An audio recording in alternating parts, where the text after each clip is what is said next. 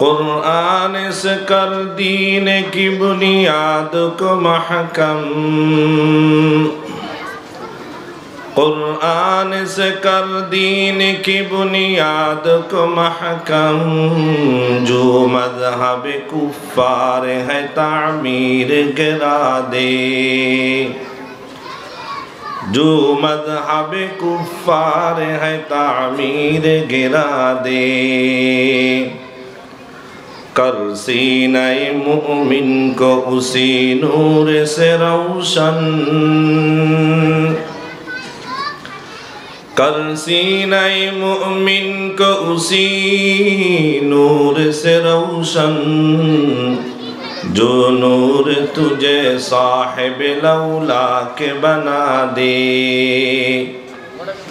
जो नूर तुझे साहिब लौला के बना दे। उठ जाएंगे खुद खालिक मखलूक के पर्दे, उठ जाएंगे खुद खालिक मखलूक के पर्दे। मोमिन की निगाहों में जो पर्दे हैं उठा दे, मोमिन की निगाहों में जो पर्दे हैं उठा दे। तो अल्लाह ताआला আমাদেরকে দুনিয়ার জমিনে প্রেরণ করেছেন এবং মানব জাতির হেদায়েতের জন্য আল্লাহ তাআলা যোগে যোগে হযরত আদম আলাইহিস সালাতু ওয়াস সালাম থেকে নিয়ে হযরত ঈসা আলাইহিস সালাতু ওয়াস সালাম পর্যন্ত 1 লক্ষ মতান্তরে 2,24,000 আম্বিয়া আলাইহিমুস সালাতু ওয়াস সালামকে দুনিয়ার জমিনে প্রেরণ করেছেন এবং ওই আম্বিয়া আলাইহিমুস সালাতু ওয়াস সালামের উপর আল্লাহ তাআলা আসমানি কিতাব নাযিল করেছেন। আম্বিয়া আলাইহিস সালাতু ওয়াস সালাম ওই আসমানি কিতাবকে সামনে রেখে উম্মতের মাঝে মেহনত করেছেন, উম্মতকে আল্লাহ তাআলার দিকে ডেকেছেন, উম্মতকে আল্লাহ তাআলার পথ বাতলিয়েছেন, উম্মতকে জান্নাতের পথ বাতলিয়েছেন। এক এক করে সকল নবী দুনিয়া থেকে বিদায় নিয়ে যায়।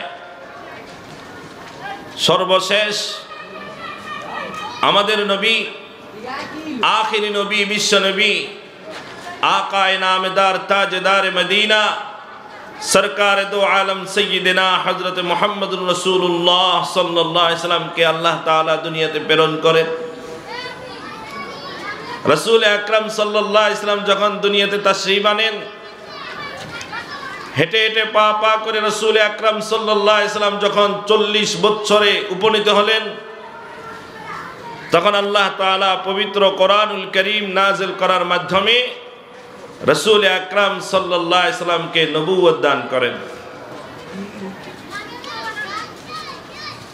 নবুয়ত দান করার পর আল্লাহ তাআলা রসুল আকরাম সাল্লাল্লাহু আলাইহি ওয়াসাল্লামকে একটি ঐতিহাসিক দায়িত্ব প্রদান করেন এবং আল্লাহ তাআলা বলেন, ইয়া আইয়ুহার রাসূল বাল্লিগ মা উনজিলা ইলাইকা মির রাব্বিক। আল্লাহ তাআলা বলেন, হে আমার নবী মুহাম্মদ, আমি আপনার উপর আসমান থেকে যে কোরআনুল কারীম নাযিল করি, আমি আসমান থেকে জিবরাইলের মাধ্যমে কোরআনুল কারীমের যে বিধানগুলো আপনার নিকট ওহী প্রেরণ করি, আপনি আমার সেই নাযিলকৃত বিধানগুলোকে আপনার উম্মতের নিকট আপনি পৌঁছিয়ে দিবেন। আমার সেই নাযিলকৃত বিধানগুলোকে সামনে রেখে আপনার উম্মতের মাঝে আপনি দ্বীন প্রচার করবেন। রাসূল আকরাম সাল্লাল্লাহু আলাইহি ওয়াসাল্লাম কে আল্লাহ তাআলা একটা কোরআনের মিশন দান করেছেন। এই কোরআন নিয়ে আপনি আপনার উম্মতের মাঝে যাবেন, মক্কার অলিগলিতে আপনি এই কোরআনের মিশন চালু করে দিবেন। এই কোরআনের আওয়াজ প্রত্যেকটা ঘরে ঘরে আপনি পৌঁছে দিবেন। এই কোরআনের আওয়াজ সকলের কানে কানে পৌঁছে দিবেন। ইয়া আইয়ুহার রাসূল বাল্লিগ মা উনজিলা ইলাইকা মির রাব্বিক। আপনার প্রভু আপনার উপর যা কিছু কোরআন থেকে বিধান নাজিল করে আপনি সেই কোরআনের বিধানগুলো আপনার উম্মতের নিকট পৌঁছে দিবেন। কথা কি বুঝতেছেন আপনারা? তো একটু হাঁ হু করবেন। তো রাসূল আকরাম সাল্লাল্লাহু আলাইহি সাল্লামকে একটি গুরুত্বপূর্ণ দায়িত্ব দেওয়া হলো, এই কোরআনের বিধানগুলো উম্মতের কাছে পৌঁছে দিবেন। রাসূল আকরাম সাল্লাল্লাহু আলাইহি ওয়াসাল্লাম আল্লাহ তাআলার পক্ষ থেকে যখন এই গুরু দায়িত্ব পেয়ে গেলেন, এই কোরআনুল কারীমকে নিয়ে মক্কার অলি গলিতে কোরআনুল কারীম তেলাওয়াত করেন এবং উম্মতকে কোরআনুল কারীম তেলাওয়াত করে করে হেদায়েতের পথ বাতলিয়ে দিতেন। মক্কার এমন কোন ঘর বাকি ছিল না যেই ঘরে রাসূল আকরাম সাল্লাল্লাহু আলাইহি সাল্লাম এই কোরআনের আওয়াজ পৌঁছান নাই। মক্কার মধ্যে এমন কোন ব্যক্তি বাকি ছিল না যার কাছে রাসূল আকরাম সাল্লাল্লাহু আলাইহি সাল্লাম কোরআনের আওয়াজ পৌঁছান নাই। এই কোরআনুল কারীম নিয়ে কোরআনের মিশনকে মক্কার অলি গলিতে রাসূল আকরাম সাল্লাল্লাহু আলাইহি সাল্লাম চালু করে দিয়েছেন। সকলের ধারে ধারে বারে বারে গিয়ে ঘরে ঘরে গিয়ে কোরআনুল কারীমের দাওয়াত দেওয়া শুরু করে দিলেন। সর্বপ্রথম রাসূল আকরাম সাল্লাল্লাহু আলাইহি ওয়াসাল্লাম এই কোরআনুল কারীমের দাওয়াত নিয়ে নিজের ঘরে হযরতে উম্মুল মুমিনিন হযরতে খাদিজাতুল কুবরা রাদিয়াল্লাহু তাআলা আনহার নিকট গেলেন। উম্মুল মুমিনিন হযরতে খাদিজাতুল কুবরা রাদিয়াল্লাহু তাআলা আনহাকে কোরআনুল কারীম তেলাওয়াত করে করে দ্বীনের দিকে দাওয়াত দিলেন। রাসূল আকরাম সাল্লাল্লাহু আলাইহি সাল্লাম যখন এই কোরআনুল কারীমের দাওয়াত দিলেন, কোরআনুল কারীম তেলাওয়াত করে উম্মুল মুমিনিন খাদিজাতুল কুবরা রাদিয়াল্লাহু তাআলা আনহাকে দাওয়াত দেওয়ার সাথে সাথে এই কোরআনুল কারীমের আকর্ষণে আকর্ষিত হয়ে সাথে সাথে কালিমা লা ইলাহা ইল্লাল্লাহু মুহাম্মাদুর রাসূলুল্লাহ এই কালেমা পড়ে সর্বপ্রথম উম্মুল মুমিনিন খাদিজাতুল কুবরা রাদিয়াল্লাহু তাআলা আনহা মুসলমান হয়ে গেলেন। সুবহানাল্লাহ। এরপরে রাসূল আকরাম সাল্লাল্লাহু আলাইহি সাল্লামকে আল্লাহ তাআলা কোরআনের আওয়াজ পৌঁছানোর জন্য দায়িত্ব দিয়েছেন। রাসূল আকরাম সাল্লাল্লাহু আলাইহি ওয়াসাল্লাম এই কোরআনুল কারীম নিয়ে হযরতে আবু বকর সিদ্দিক রাদিয়াল্লাহু তাআলা আনহুর দরবারে গেলেন। আবু বকর সিদ্দিক রাদিয়াল্লাহু তাআলা আনহুকে কোরআনুল কারীম তেলাওয়াত করে করে দাওয়াত দিলেন। দাওয়াত দিয়ে বললেন, হে আবু বকর, তোমার নিকট আমি কোরআনুল কারীম তেলাওয়াত করলাম, কোরআনুল কারীমের বিধানটা জানায় দিলাম, কোরআন দিয়ে তোমাকে আমি আল্লাহর দিকে দাওয়াত দিলাম। তুমি একটু চিন্তা ফিকির করো, ইসলাম গ্রহণ করবে কিনা, ঈমান আনবে কিনা, তুমি চিন্তা ফিকির করো। কিন্তু রাসূল আকরাম সাল্লাল্লাহু আলাইহি সাল্লামের কোরআনের মিশনটা এত আকর্ষণীয় ছিল, রাসূল আকরাম সাল্লাল্লাহু আলাইহি সাল্লামের এই কোরআনের দাওয়াতটা এত আকর্ষণীয় ছিল, হযরত আবু বকর সিদ্দিক রাদিয়াল্লাহু তাআলা আনহু বলেন, রাসূলের কোরআন তেলাওয়াতের কারণে আমি এত আকর্ষিত হয়ে গিয়েছি, রাসূল আমাকে চিন্তা ফিকির করার সময় দিয়েছে, আমি চিন্তা ফিকির করার সময় নেই নাই, সাথে সাথে পড়েছি লা ইলাহা ইল্লাল্লাহু মুহাম্মাদুর রাসূলুল্লাহ। সুবহানাল্লাহ। রাসূল আকরাম সাল্লাল্লাহু আলাইহি সাল্লামের কোরআনের আকর্ষণে আকর্ষিত হয়ে হযরত আবু বকর সিদ্দিক রাদিয়াল্লাহু তাআলা আনহু ঈমান গ্রহণ করলেন। রাসূল আকরাম সাল্লাল্লাহু আলাইহি সাল্লামের কোরআনুল কারীমের আকর্ষণে এই কোরআনুল কারীমের বাণী নিয়ে হযরত আলী রাদিয়াল্লাহু তাআলা আনহুর দরবারে গেলেন। হযরত আলী রাদিয়াল্লাহু তাআলা আনহু কোরআনের আকর্ষণে আকর্ষিত হয়ে মুসলমান হয়ে গেলেন। রাসূল আকরাম সাল্লাল্লাহু আলাইহি সাল্লাম এই কোরআনুল কারীমের দাওয়াত নিয়ে হযরত ওসমান রাদিয়াল্লাহু তাআলা আনহুর দরবারে গেলেন। হযরত ওসমান রাদিয়াল্লাহু তাআলা আনহু কোরআনুল কারীমের আকর্ষণে আকর্ষিত হয়ে মুসলমান হয়ে গেলেন। সুবহানাল্লাহ। কোরআনুল কারীমের মুজিজা, কোরআনের আকর্ষণটা এমন ছিল, মক্কার ঘরে ঘরে কোরআনের আওয়াজ মুহূর্তের মধ্যে পৌঁছিয়ে গিয়েছে। মক্কার কাফেররা বাপ দাদার ধর্ম ত্যাগ করে আস্তে আস্তে মুসলমান হওয়া শুরু করে দিয়েছে। সুবহানাল্লাহ। কোরআনের আকর্ষণ এইভাবে মক্কার মধ্যে একটা কোরআনের আকর্ষণ, মক্কার জমিন, মক্কার আকাশ, মক্কার বাতাস কেমন যেন কোরআনের আকর্ষণে আকর্ষিত হওয়া শুরু হয়ে গেল। মক্কার অলি গলিতে যেন কোরআনের নূর চমকানো শুরু করে দিল। মক্কার মানুষের ঘরে ঘরে এখন কোরআনুল কারীমের আওয়াজ আস্তে আস্তে শুরু হয়ে গেল। সকাল বিকাল মক্কার অলি গলি থেকে কোরআনের আওয়াজ ভেসে ওঠা শুরু করে দিল। সুবহানাল্লাহ। সুবহানাল্লাহ বলেন না, কি বলবেন বলেন না, আরো জোরে বলেন, আরেকটু জবান খুলে বলেন সুবহানাল্লাহ।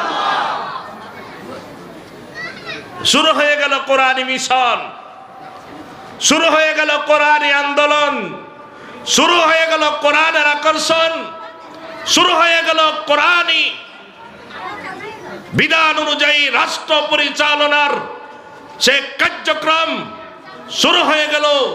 সেই কোরআনের নূর আলোকে সারা পৃথিবীর মধ্যে ছড়িয়ে দেওয়ার সেই সংগ্রাম। সুবহানাল্লাহ। রাসূল আকরাম সাল্লাল্লাহু আলাইহি সাল্লামের কোরআনের আকর্ষণটা এমন ছিল, মক্কার কাফেররা রাসূল আকরাম সাল্লাল্লাহু আলাইহি সাল্লামকে বিশ্বাস করত না। যখন রাসূল নবুয়ত লাভ করলেন তখন থেকে মক্কার কাফেররা রাসূলের সাথে দুশমনি শুরু করে দিল, ঠিক। কিন্তু যখন দেখলো মক্কার ঘরে ঘরে অলি গলিতে কোরআনের আকর্ষণ, কোরআনের নূর ছড়িয়ে পড়েছে, তো মক্কার কাফেরদের বড় বড় সরদার আবু জাহাল, আবু লাহাব, উতবা সাইবা পর্যন্ত তারা মনে মনে ভাবলো, দেখি মুহাম্মদের এই কোরআনের আকর্ষণটা কেমন। রাসূল আকরাম সাল্লাল্লাহু আলাইহি সাল্লাম ঘরের মধ্যে পুরা রাত্রি কোরআন তেলাওয়াত করতেন আর নামাজ আদায় করতেন। নামাজরত অবস্থায় কোরআনুল কারীম তেলাওয়াত করতেন। আবু জাহাল, আবু লাহাব, উতবা সাইবা যারা বড় মক্কার বড় বড় সরদার ছিল, তারা কি করত, রাত্রের বেলা, রাতের অন্ধকারে, গভীর অন্ধকারে, কনকনা শীতের মধ্যে ভয় বিতিয়ে নিয়ে রাসূল আকরাম সাল্লাল্লাহু আলাইহি সাল্লামের ঘরের পিছনে দাঁড়িয়ে দাঁড়িয়ে রাসূল আকরাম সাল্লাল্লাহু আলাইহি সাল্লামের কোরআনুল কারীম তেলাওয়াত শুনতো। একদিন, দুই দিন নয়, দীর্ঘদিন পর্যন্ত তারা গোপনে গোপনে গিয়ে রাসূল আকরাম সাল্লাল্লাহু আলাইহি সাল্লামের কোরআন তেলাওয়াত শুনতো। রাসূলের এক একটা আয়াত শুনতো আর তাদের চোখের পানি দিয়ে তাদের বুক বাসিয়ে ফেলতো।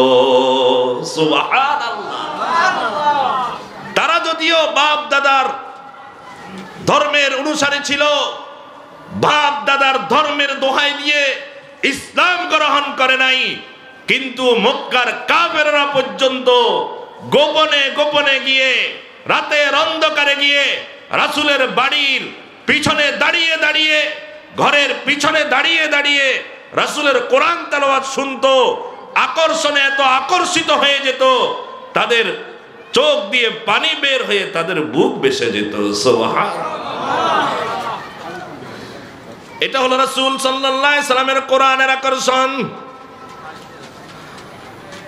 गर को राखानी सब रोज आई हबीब गर को राखानी सब रोज आई हबीब होर गलमा मरतरा बासद नसीब तालियुल कुरआ पसंद पेशे खुदा होर गलमा लाजरम बहारस फिदा। আল্লাহর বান্দা বলেন কোরআনুল কারীমের আকর্ষণটা তো এমন আকর্ষণ, যে ব্যক্তি কোরআনুল কারীমের আকর্ষণে তার অন্তরটাকে আকর্ষিত করতে পারবে, যে ব্যক্তি কোরআনুল কারীমের নূরে তার অন্তরটাকে নূরান্বিত বানাতে পারবে, যে ব্যক্তি কোরআনুল কারীমের নূর দিয়ে নিজের পরিবারকে সাজাতে পারবে, যে ব্যক্তি নিজের কোরআনুল কারীমের নূর দিয়ে নিজের সমাজটাকে গঠন করতে পারবে, যে ব্যক্তি কোরআনুল কারীমের বিধান দিয়ে পুরা রাষ্ট্রটাকে পরিচালিত করতে পারবে, তার জন্য জান্নাতের হৌর গেলমানগুলো এরকম ভাবে উদ্গ্রীব হয়ে থাকবে। সুবহানাল্লাহ। রাসূল আকরাম সাল্লাল্লাহু আলাইহি সাল্লামের কোরআনের মিশন শুরু হয়ে গেছে। রাসূল আকরাম সাল্লাল্লাহু আলাইহি সাল্লামের কোরআনের আকর্ষণে আকর্ষিত হয়ে মক্কার কাফেররা ইসলাম ধর্ম গ্রহণ করা শুরু করে দিয়েছে। একদিন রাসূল আকরাম সাল্লাল্লাহু আলাইহি সাল্লাম তাফসীর ইবনে কাসীরের মধ্যে আছে হুজুর সাল্লাল্লাহু আলাইহি ওয়াসাল্লাম বাইতুল্লাহর সামনে দাঁড়ানো মক্কার কাফেরদেরকে ডাক দিয়েছে। রাসূলের সাথে কিছু সাহাবায়ে কেরাম ছিলেন, নবমুসলিম সাহাবায়ে কেরাম, সাথে সাথে মক্কার কাফেরদেরকে ডাক দিয়ে দিলেন, হে মক্কার কাফেররা এদিকে আসো। রাসূল আকরাম সাল্লাল্লাহু আলাইহি সাল্লাম তাদেরকে ডাক দিলেন। কেন ডাক দিলেন? ইচ্ছা ছিল তাদের সামনে একটি বক্তব্য পেশ করবেন, কিন্তু কি বক্তব্য পেশ করবেন? ওয়ামা ইয়ানতিকু আনিল হাওয়া ইন হুয়া ইল্লা ওয়াহয়ুন ইউহা। রাসূল আকরাম সাল্লাল্লাহু আলাইহি সাল্লাম তো নিজের পক্ষ থেকে কোনো কথা বলতেন না। রাসূল আকরাম সাল্লাল্লাহু আলাইহি সাল্লাম তো নিজের পক্ষ থেকে কোনো সিদ্ধান্ত দিতেন না। রাসূল আকরাম সাল্লাল্লাহু আলাইহি সাল্লাম ততক্ষণ পর্যন্ত কোনো কথা বলতেন না যতক্ষণ পর্যন্ত আসমান থেকে রাসূলের নিকট ওহীর মাধ্যমে এই কথা জানিয়ে না দেওয়া হতো যে আপনি এই কথা বলেন। সুবহানাল্লাহ। মুহাম্মদ হারগিজ না গুফতা তা না গুফতা জিবরাইল, মুহাম্মদ হারগিজ না গুফতা তা না গুফতা জিবরাইল, জিবরাইল হারগিজ না গুফতা তা না গুফতা রব্বে জালিল। রাসূল আকরাম সাল্লাল্লাহু আলাইহি সাল্লাম ততক্ষণ পর্যন্ত কোনো কথা বলতেন না যতক্ষণ না পর্যন্ত হযরত জিবরাইল রাসূলের উপর আল্লাহর কোনো ওহী নাযিল না করতেন। আর হযরত জিবরাইলও এমন আমানতদার ছিলেন, তিনিও নিজের পক্ষ থেকে কোনো কথা রাসূলকে জানাতেন না যতক্ষণ না পর্যন্ত আল্লাহর পক্ষ থেকে হযরত জিবরাইলকে জানানোর জন্য দায়িত্ব না দেওয়া হতো। সুবহানাল্লাহ। তো বলতেছিলাম রাসূল আকরাম সাল্লাল্লাহু আলাইহি সাল্লাম মক্কার কাফেরদেরকে সামনে নিয়ে বক্তব্য দিবেন। কি বক্তব্য দিবেন?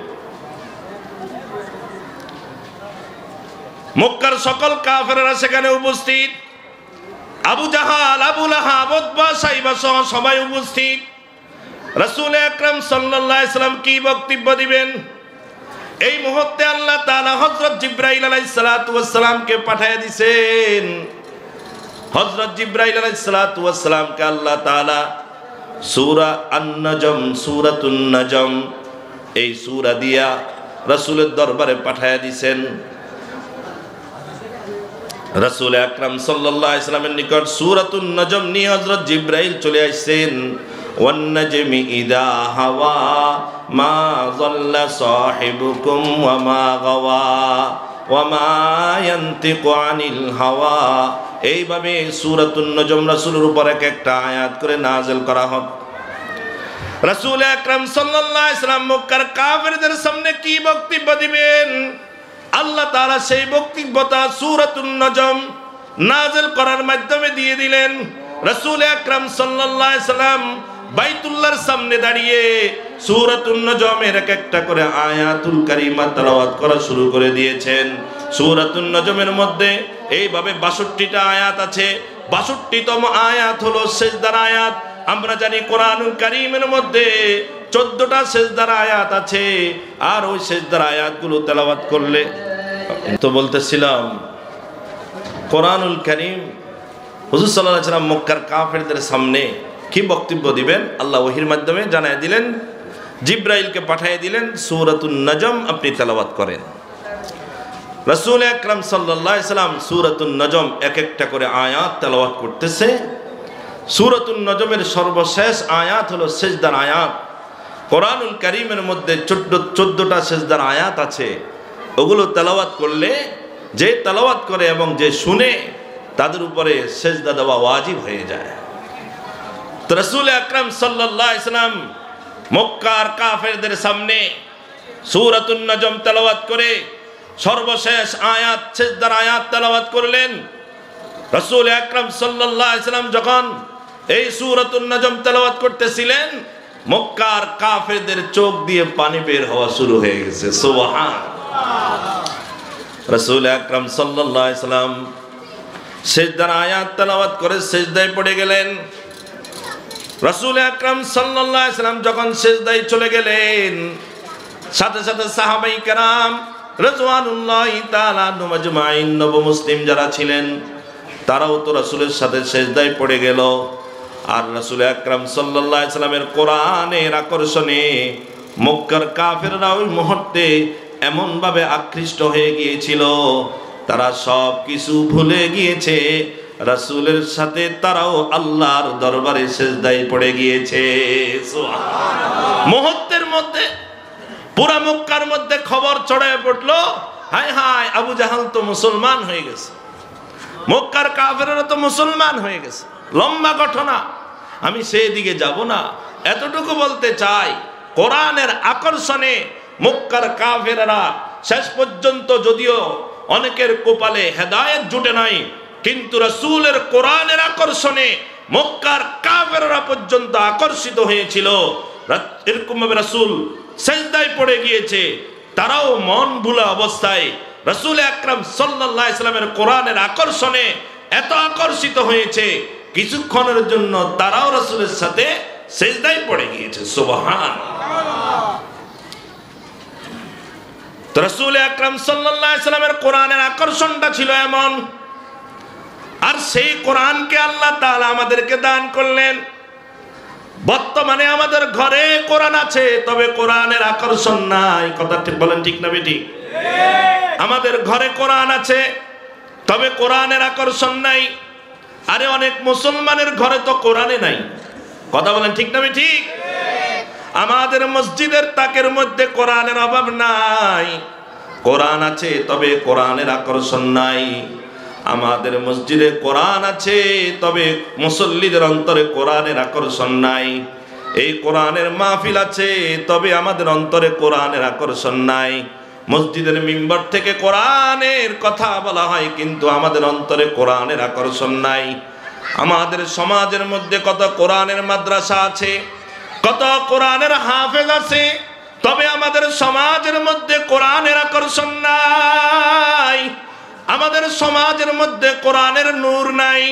এরকম ভাবে আমাদের রাষ্ট্র, আমাদের এই বাংলাদেশের দিকে যদি তাকায়া দেখেন, মাদ্রাসা মসজিদের অভাব নাই, আলেম ওলামার অভাব নাই, লক্ষ লক্ষ হাফেজে কোরআন আছে, তবে রাষ্ট্রীয় পর্যায়ে আমাদের এই কোরআনের আকর্ষণ নাই। কথা বলেন, ঠিক না বেঠিক?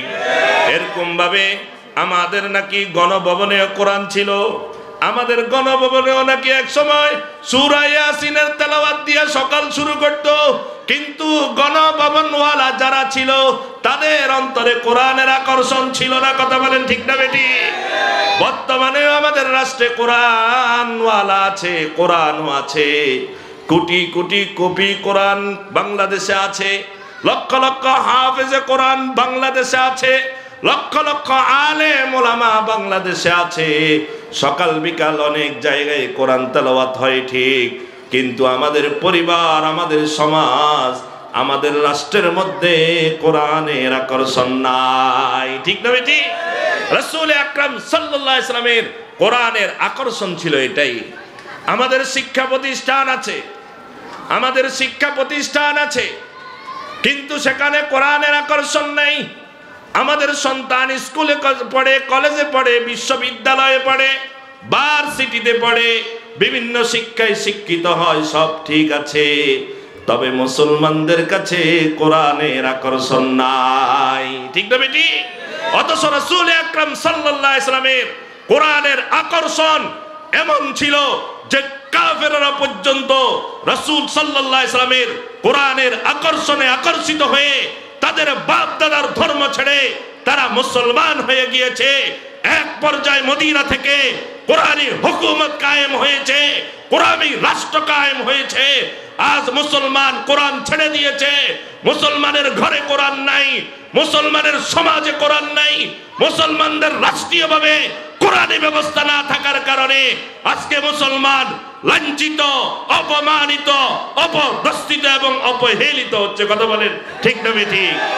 ও মুআজ্জাজ থে জমানে মে, ও মুআজ্জাজ থে জমানে মে, हामिले कुरान होकर हम खार होते हैं तारिके कुरान होकर।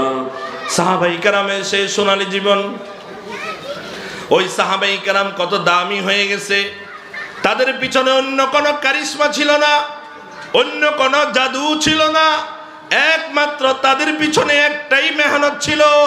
রাসূল আকরাম সাল্লাল্লাহু আলাইহি সাল্লাম তাদের মাঝে কোরআনের আকর্ষণটা জমায়ে দিয়েছেন। তারা কোরআনের আকর্ষণে আকর্ষিত হয়ে এত দামি হয়ে গেছে যে দুনিয়া থেকেই তারা জান্নাতের টিকিট নিয়ে নিছেন। সুবহানাল্লাহ। আজকে আমরা কোরআন ছেড়ে দিয়েছি। এইভাবে যখন রাসূল আকরাম সাল্লাল্লাহু আলাইহি সাল্লামের কোরআনের আকর্ষণে আকর্ষিত হইয়া মক্কার কাফেররা দলে দলে মুসলমান হওয়া শুরু করে দিয়েছে, তখন কাফেরদের সবচেয়ে বড় একটা সংসদ দারুন নাদওয়া সে মক্কাতে ছিল। দারুন নাদওয়া, এই মক্কার মধ্যে মক্কার কাফেররা সিদ্ধান্ত নিল। কি সিদ্ধান্ত? মুহাম্মাদের এই কোরআনের আকর্ষণকে বন্ধ করতে হবে। মুহাম্মাদের এই কোরআনের আকর্ষণকে যদি বন্ধ করা না যায়, এক সময় মক্কাতে আমাদের বাপ দাদার ধর্মের নাম নেওয়ার লোক খুঁজে পাওয়া যাবে না। এখন তারা বিশাল বড় একটা সংসদের মধ্যে তারা এরকম ভাবে গুরুত্বপূর্ণ একটা বৈঠকে বসলো। মুহাম্মাদের ব্যাপারে সিদ্ধান্ত আমাদের এখন চূড়ান্ত করতে হবে, কারণ মুহাম্মাদের এই কোরআনটা এমন একটা কোরআন, ইন্না হাযা লাসিহরুম মুবিন, সেটা হলো স্পষ্ট একটা জাদুময় কোরআন। এই কোরআনের আকর্ষণে যে পড়ে যাবে তাকে বাপ দাদার ধর্মের উপর রাখা সম্ভব হবে না। সিদ্ধান্ত নিল পর্যায়ক্রমে। এক নম্বর সিদ্ধান্ত, মুহাম্মদকে হত্যা করতে হবে। মুহাম্মদকে যদি হত্যা করা যায় কোরআনের আকর্ষণকে নষ্ট করা যাবে। নাউজুবিল্লাহ বলেন। দুই নম্বর সিদ্ধান্ত, মুহাম্মদকে দেশান্তর করতে হবে, না হয় মুহাম্মদকে জেলখানায় আবদ্ধ করতে হবে। তিন নম্বর সিদ্ধান্ত, মুহাম্মদের এই কোরআনের বিপরীত গান বাজনা চালু করে দিতে হবে। মানুষ যেন গান বাজনার আকর্ষিত হয়ে কোরআনের আকর্ষণকে ছেড়ে দেয়। কথা কি বুঝাইছে? সময় সংক্ষেপ, তিনটা পয়েন্ট। এক নম্বর হলো মুহাম্মদকে হত্যা করতে হবে। মুহাম্মদকে যদি হত্যা করা যায়, কোরআনওয়ালাকে যদি হত্যা করা যায়, তাহলে তো আর কোরআনের আওয়াজ থাকবে না। কথা বলেন ঠিক না ঠিক? আলেমদেরকে যদি হত্যা করা যায় তাহলে তো আর কোরআনের আওয়াজ থাকবে না। ইমামকে যদি হত্যা করা যায় কোরআনের আওয়াজ থাকবে না। তো কোরআনের আওয়াজ যদি না থাকে আমাদের বাপ দাদার ধর্ম ত্যাগ করার বিষয় আর আসবে না। আমাদের বাপ দাদার ধর্মকে যদি টিকাইতে হয় কোরআনের আওয়াজকে বন্ধ করতে হবে। কোরআনের আওয়াজকে যদি বন্ধ করতে হয় মুহাম্মদকে হত্যা করতে হবে। নাউজুবিল্লাহ বলেন। সিদ্ধান্ত নিস। এই সিদ্ধান্ত কে রাজি আছি? সবাই রাজি। এখন কথা হলো মুহাম্মদকে হত্যা করবে কে? ওমর দাঁড়িয়ে গেল। তখন ওমর রাদিয়াল্লাহু তাআলা আনহু ইসলাম গ্রহণ করে নাই, সে দাঁড়িয়ে গেল। লম্বা ঘটনা। ওমর তরবারি নিয়ে রওনা দিয়েছে রাসূলের কল্লা নিয়ে নেওয়ার জন্যে। কারণ নবীকে হত্যা করতে হবে। এই মুহাম্মদকে যদি হত্যা করা যায়, কোরআনের আকর্ষণকে নস্যাৎ করা যাবে, কোরআনের আকর্ষণ নষ্ট হবে, তো আমাদের বাপ দাদার ধর্ম মক্কার মধ্যে ঠিক থাকবে। কথা কি বুঝাইছে আপনাদের? রওনা দিয়েছে ওমর তরবারি নিয়া। যাওয়ার পথে তার বোন এবং ভগ্নিপতির বাড়ি। সবাই এই ঘটনা জানেন। বোনের কণ্ঠে ভগ্নিপতির কণ্ঠে যখন কোরআনুল কারীমের তেলাওয়াত শুনলো, সাথে সাথে ওমর এর অন্তরে কোরআনের আকর্ষণ, তার অন্তর আকর্ষিত হয়ে গেল। সুবহানাল্লাহ। তরবারি নিয়ে যাচ্ছে রাসূল আকরাম সাল্লাল্লাহু আলাইহি সাল্লামের গর্দানকে উড়িয়ে দেওয়ার জন্য, কিন্তু মাঝ পথে কোরআনের আকর্ষণে আকর্ষিত হয়ে সেই ওমর নিজের কল্লাকে রাসূলের সামনে ইসলামের জন্য দিয়ে চলে আসছে। কথা বলেন না কেন? হায় হায়, মক্কার কাফেররা তো তাদের সকল ষড়যন্ত্র নস্যাৎ হয়ে গেল। তারা চিন্তা করলে এমন কি কথা, মুহাম্মদকে হত্যা করার জন্য পাঠাইলাম, মুহাম্মদকে হত্যা করলে কোরআনের আওয়াজকে বন্ধ করা যাবে। কিন্তু দেখা যায় যে মুহাম্মদকে হত্যা করলো, সে মুহাম্মদের কোরআনের আকর্ষণে আকর্ষিত হয়ে মুসলমান হয়ে গেছে। সুতরাং তাদের এখন সকল ষড়যন্ত্র কি হয়ে গেল? নস্যাৎ হয়ে গেল। কি বলেন? এখনো এটা আছে না নাই? কথা বলেন। তাদের ষড়যন্ত্র নস্যাৎ হয়ে গিয়েছে। নবী করিম সাল্লাল্লাহু আলাইহি সাল্লামকে তারা হত্যা করতে পারে নাই, কোরআনের মিশনকে তারা বন্ধ করতে পারে নাই। সেই কোরআনের মিশন আজকে 1450 বছর পরেও আমাদের নিকট এসেছে একমাত্র রাসূল আকরাম সাল্লাল্লাহু আলাইহি সাল্লামের সেই কোরআনের মিশনের উপর। বর্তমানেও যারা এরকম ভাবে রাসূলের কোরআনের মিশনের উপরে আলোচনা করে, কোরআনের মিশনের পক্ষে নিয়ে কথা বলে, কোরআন থেকে হকের বাণীগুলো ছড়ায়, কিন্তু কিছু এখনো নাস্তিক মুরতাদ আছে, ইহুদি নাসারাদের দালাল আছে, তারাও ওই আলেমদেরকে, কোরআনওয়ালাদেরকে হত্যা করে কোরআনের মিশনকে বন্ধ করে দিতে চায়। কথা বলে ঠিক না বেটি? আছে না নাই? আমাদের ভারত উপমহাদেশের দিকে তাকায়া দেখেন। 1831 সালে বালাকোটের ময়দানে ওলামায়ে কেরাম এই ভারত উপমহাদেশ থেকে ব্রিটিশদেরকে খেদে এই কোরআনের মিশন চালু যখন করবে, তখন ব্রিটিশ বিনিয়াররা ওলামায়ে কেরামকে এই কোরআনের মিশন যেন বন্ধ করা যায়, হকের আওয়াজকে বন্ধ করা যায়, 1831 সালে ওলামায়ে কেরামকে হত্যা করেছে কোরআনের মিশনকে বন্ধ করার জন্য। ঠিক তেমনি ভাবে 1853 সালে মতান্তরে 1857 সালে শামিলির ময়দানে কোরআনের আওয়াজকে বন্ধ করে দেওয়ার জন্য কোরআনওয়ালা আলেম ওলামাদেরকে ব্রিটিশ বিনিয়াররা হত্যা করেছে। ঠিক তেমনি ভাবে আপনার 1924 সালে এরকম ভাবে রেশমি রুমাল আন্দোলন যখন হয়, তখন ওলামায়ে কেরামকে হত্যা করেছে কোরআনের আওয়াজকে বন্ধ করে দেওয়ার জন্য।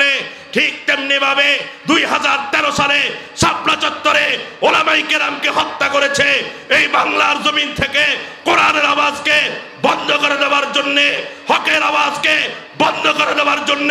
ঠিক তেমনি ভাবে 2018 সালে টঙ্গীর ময়দানে কিছু বিপদগামী সাতপন্থী ওলামায়ে কেরামকে হত্যা করেছে, নির্যাতন করেছে, নিপীড়ন করেছে কোরআনের আওয়াজকে বন্ধ করে দেওয়ার জন্য, হকের আওয়াজকে বন্ধ করে দেওয়ার জন্য।